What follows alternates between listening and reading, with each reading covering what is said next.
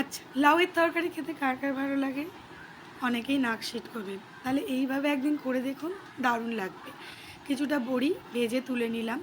অল্প সামান্য তেলে ৫ ফোড়ন, একটা কাঁচা লঙ্কা আর একটু আদা বাটা আর তেজপাতা ফোড়ন দিলাম। লাউ কিন্তু বেশি ঝাল বা মশলা দিলে লাউয়ের টেস্ট অতটা ভালো হয় না। তাই সব কিছুই সামান্য দিলাম। লাউ ভীষণ ঠান্ডা একটা সবজি, আর এই গরমে তো প্রচুর লাউ খাওয়া উচিত, মানে স্পেশালি যাদের লিভারের প্রবলেম।